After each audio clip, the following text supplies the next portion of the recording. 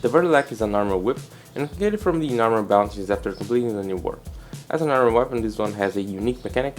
By holding block and pressing E, it's going to be releasing these projectiles that look like Excalibur's Exalted Blade, but they detonate after some time, dealing innate toxin damage, so it's going to be easy to mod this for your combos that use toxins such as gas, corrosive, or viral. This weapon also has the highest amount of slide damage, so it's kind of interesting to use on spin to win builds, even though spin to win is kind of dead and the follow through is kind of shitty. 0.5, so you're going to be dealing exponentially less damage for each enemy we hit, but even with that, it's kind of interesting. And I have to be honest that I went more for the spin to win builds. This is my first attempt on a spin to win build with no combo, and yeah, I didn't went for the full min-max for formas. Kind of what's going, a little bit of status from these two mods to get a better chance of proccing the slashes. Slash is the highest amount of damage or the IPS that we have here, and I don't think it's really worth running more elementals on this. One thing that I am running is an arcane strike on my Warframe, just to give it a little bit more attack speed. This is yeah, with the attack speed going and the fury, we're not gonna have much trouble. This is just a basic spin to win build. Sometimes it's more effective, sometimes don't. Sadly, it's very inconsistent, but you can kill stuff. Sometimes you'll get like some monstrous proc dealing crazy amount of damage. First build is kind of more if you just wanna roll without having to worry and give it a few spins. This is not gonna work at all for the special attack. It's gonna be dealing crappy damage. You probably can't kill nullifiers with this, but yeah, other than that, there's nothing much going on. But of course, I have slapped in the condition overload. So if you want to use a primer, you're more likely to melt everything.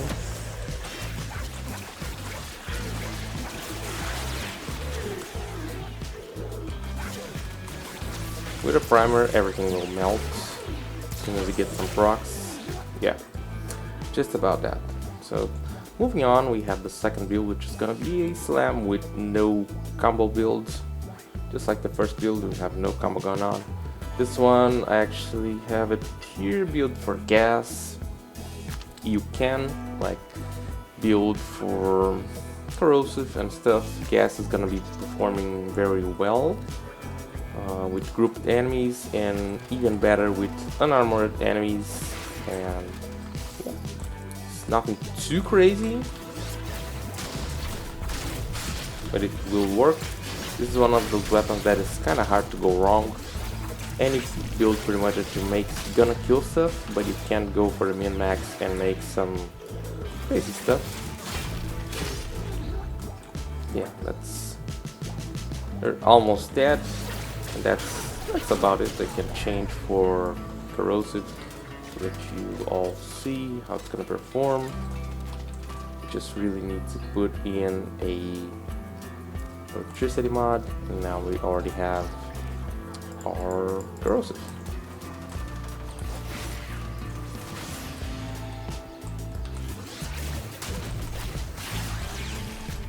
That's dealing much more damage as these enemies are weaker to corrosive. You can hit headshots and stuff, so I consider aiming a little bit up.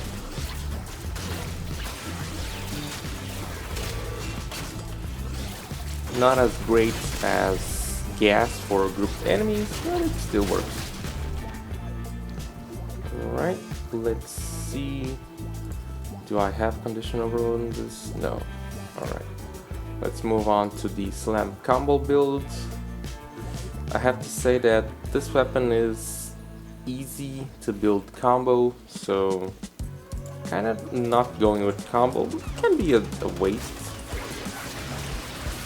It's really okay to just keep spinning, and you'll get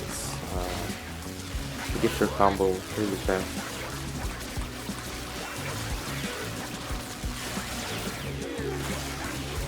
Even with this build that is not, it wasn't meant to use with the spin to win, it will actually perform quite well. The electricity procs will work just fine with grouped enemies. As you can see, they're all dead. Probably even better than the first one. Moving on to the special attack. Our combo is going. You're able to one-shot some of them. Keeping the combo up. I'm actually not using any combo duration mods, as I'm using both arcane. I'm using arcane dexterity for both primary and secondary. That's what's helping keeping our combo up here. Your electricity procs are gonna be pretty powerful too. Yeah, we're able to almost one tap all of them. Let's switch to gas and see what we can do. Alright, it's stacked 12 times. Let's go.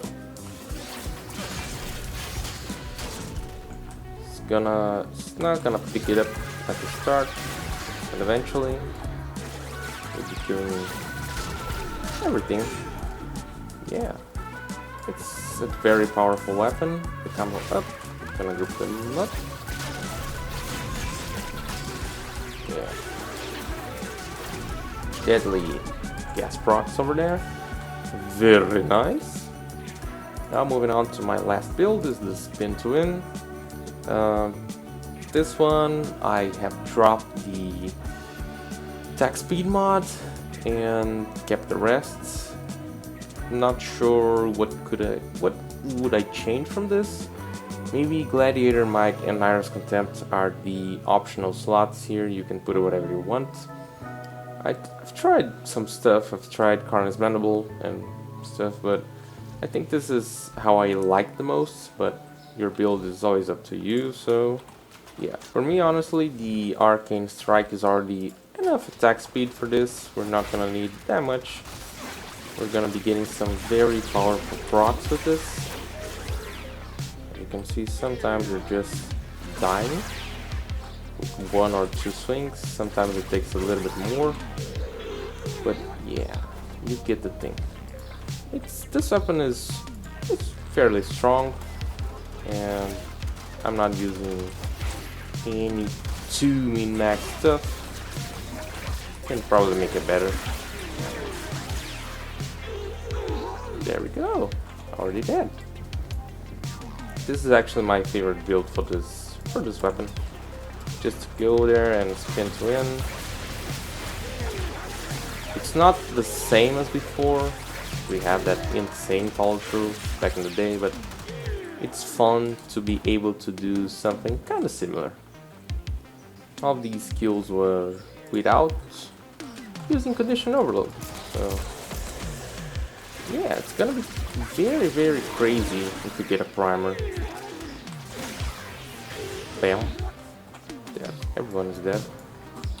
It's really, really powerful with a primer and condition overload.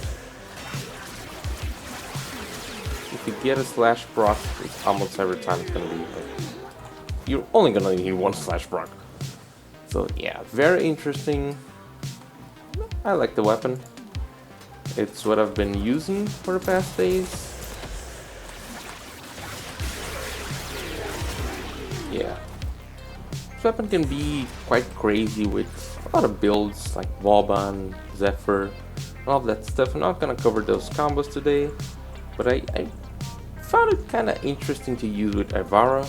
And as it is your third strike that deals the most damage, or the third projectile, you can 1, 2, 3 navigate. And now we're controlling the most powerful projectile of them all, and you can just keep it or just go to the enemies. Sadly, it's it's gonna hit the first enemy, but the damage might not be that great. Yeah, you're not getting all of the gas procs, but it could be very interesting, but sadly it's not that much. And Levels is already a crazy frame with all the status duration going on, and with second pulse you can make things even crazier. This is the slam with gas build, not so crazy. It's still interesting. One thing that I haven't talked about this weapon is the regular attacks. And I'm not really a fan of the stance and stuff, like every attack feels like a gap closer. So it's kinda weird. For me, spin to win with this weapon is okay.